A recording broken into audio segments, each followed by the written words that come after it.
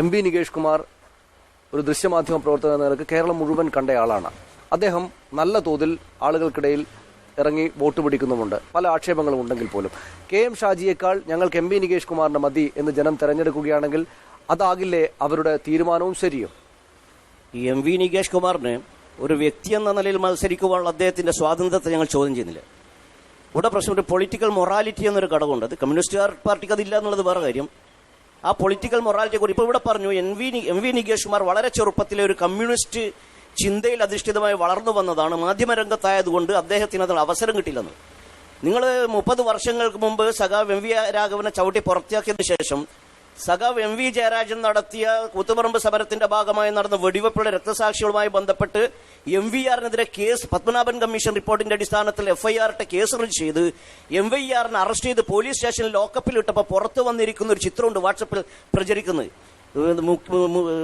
Oommen Chandy, Mullappally Ramachandran, M V രാഘവന്റെ നികേഷ് കുമാറും ഗിരീഷ് കുമാറും അടക്കമുള്ള മുഴുവൻ മക്കളും പോലീസ് സ്റ്റേഷന്റെ വറാന്തയിൽ ഇങ്ങനെ വെള്ളം കുടിക്കാതെ സ്വന്തം പിതാവിനെ ഒന്ന് കാണാൻ പോലീസ് അനുമതി നിഷേധിച്ചതിന്റെ ഭാഗമായി നിൽക്കുന്ന ഒരു ചിത്രം വാട്സപ്പിൽ ഇങ്ങനെ പ്രചരിച്ചു കൊണ്ടിരിക്കും. അതൊന്നും നോക്കണം എം വി. പിന്നെ മറ്റൊരു കാര്യം, ഈ അഴീക്കോട് മണ്ഡലം തന്നെ എം വി നികേഷ് കുമാർ തെരഞ്ഞെടുത്തത് സത്യത്തിൽ ഒരു രാഷ്ട്രീയ നന്ദികേടിന്റെ ഏറ്റവും വലിയ ആൾരൂപമായിട്ടാണ് ഞാൻ എം നികേഷ് കുമാറിനെ കാണുന്നത്.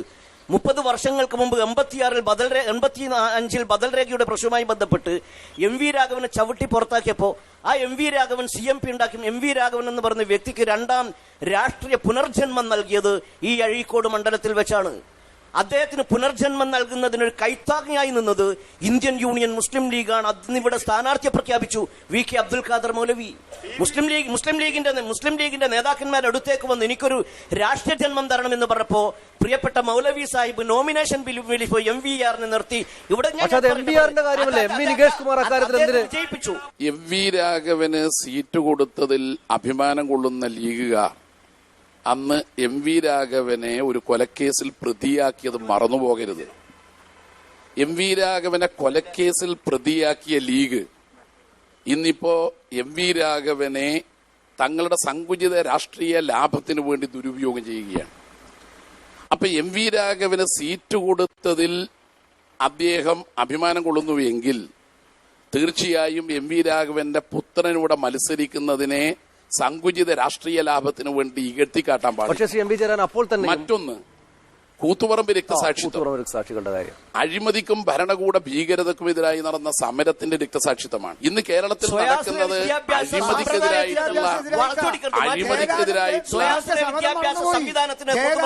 സമരം തന്നെ മറന്നുപോയി.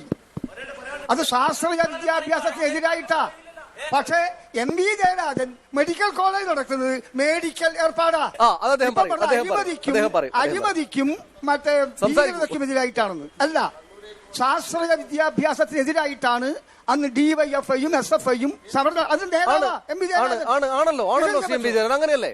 സ്വാശ്രയ വിദ്യാഭ്യാസത്തിനെതിരായിട്ടല്ല, വിദ്യാഭ്യാസ കച്ചവടത്തിനെതിരായിട്ടാണ്. സ്വാശ്രയ വിദ്യാഭ്യാസത്തിൽ കേൾക്ക്, ഇത് രണ്ടും വ്യത്യാസമുണ്ട്. ഇടതുപക്ഷമാണ് കേരളത്തിൽ സ്വാശ്രയ വിദ്യാഭ്യാസത്തിന്റെ ഒരു കാഴ്ചപ്പാട് കൊണ്ടുവന്നത്. സാമൂഹ്യ നിയന്ത്രണവും മെറിറ്റും, ഫീസ് താങ്ങാൻ കഴിയുന്ന ഫീസ്, ഇതിനൊരു നിയമം കൊണ്ടുവന്നു. ദൗർഭാഗ്യവശാൽ ആ നിയമത്തിലെ പ്രധാന വകുപ്പ് ഹൈക്കോടതി എടുത്തുമാറ്റി. ഒരു ദേശീയ നിയമം UPA ഗവൺമെന്റിനോട് കൊണ്ടുവരാൻ പറഞ്ഞു. പക്ഷെ വിദ്യാഭ്യാസ കച്ചവട നയത്തോട് യോജിക്കുന്നവർ കൊണ്ടുവന്നില്ല.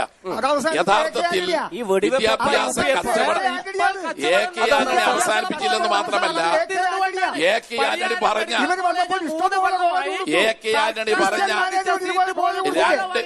രണ്ട് കോളേജ് സമം ഒരു മെറിറ്റ് കോളേജ് എന്ന് പറഞ്ഞ അത് വലിയ പോരാട്ടത്തിലേക്ക് പോയി. ഞാൻ പറഞ്ഞു കഴിയട്ടെ. PR ഇങ്ങനെ ആന്റണി തന്നെ താങ്കൾ ഒന്നിലേക്ക് ചാടിപ്പോകല്ലേ? അദ്ദേഹം അതിന് മറുപടി പറയാം. അദ്ദേഹം പറയാണ് AK ആന്റണി തന്നെ പിന്നീട് തനിക്ക് പറ്റിയ തെറ്റ് ഏറ്റു പറഞ്ഞു. 50% മെറിറ്റും 50% മാനേജ്മെന്റും ഇതെന്നോട് സ്വകാര്യ സ്വാശ്രയ ക്രിസ്ത്യൻ മാനേജ്മെന്റ് സമ്മതിച്ചു. പിന്നീട് അവർ പറ്റിച്ചു. ആ പറ്റിച്ച മാനേജ്മെന്റിനെ നിയന്ത്രിച്ചത് അത് ഇടതുപക്ഷമാണ്. പ്രസ്താവന അദ്ദേഹത്തിന്റെ ഇതെല്ലാവർക്കും അറിയാം. പക്ഷേ ഈ പോരാട്ടം ഈ കൊലപാതകങ്ങൾ ഉണ്ടായില്ലേ അതിൽ ആളുടെ മകൻ മത്സരിക്കുകയാണ്. ഈ ചോദ്യങ്ങൾക്ക് എങ്ങനെയാണ് മറുപടി നൽകുക?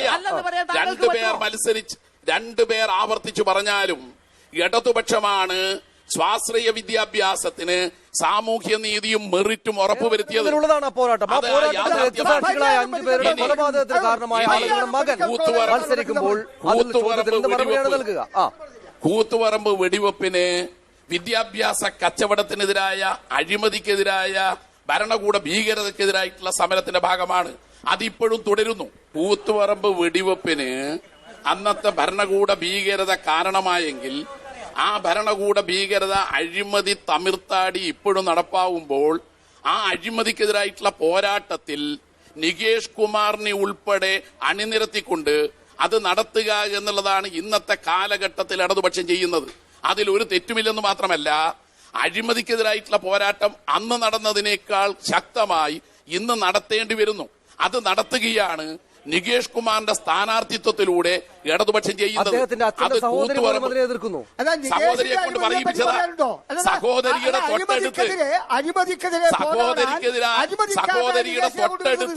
സഹോദരിയുടെ തൊട്ടടുത്ത് ഷാജിയാണ് ഇരിക്കുന്നത്. അങ്ങനെയാണ്. ആ ഷാജി സഹോദരിയെ കൊണ്ട് പറയിപ്പിക്കുകയാണ്.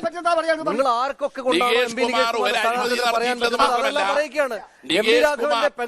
രാഘവന്റെ സഹോദരിയെ കൊണ്ട് സ്ഥാനാർത്ഥി തൊട്ടടുത്തിരുന്ന് പറയിപ്പിച്ചത് കാണാതിരുന്നുകൂടാ.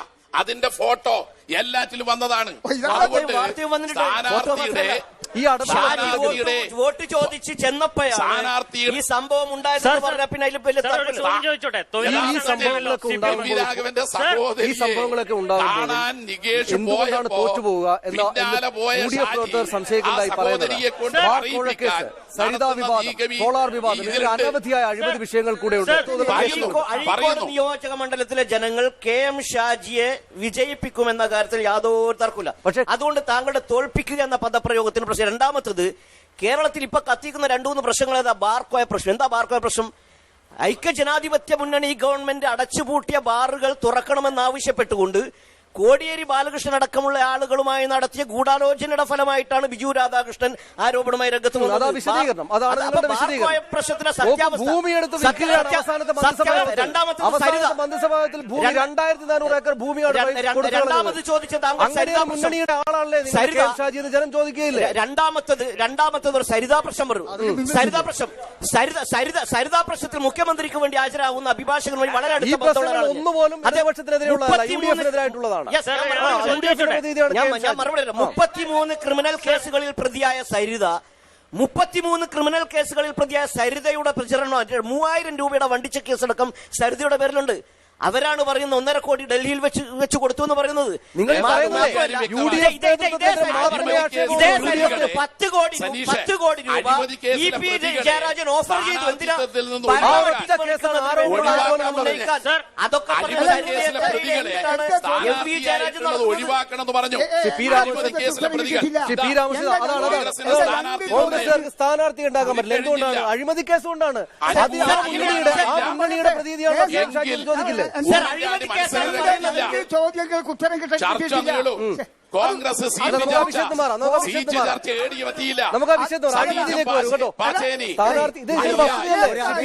അഴിമതി കേസിലെ പ്രതികളായ മന്ത്രിമാർക്ക് സീറ്റ് കൊടുക്കാൻ പാടില്ല. അഴിമതി കേസിലെ പ്രതികൾക്ക് സീറ്റ് കൊടുക്കാൻ പാടില്ല. KPCCയുടെ പ്രസിഡന്റ് അഴിമതി കേസിലെ പ്രതികൾക്ക് സീറ്റ് കൊടുക്കാൻ പാടില്ല.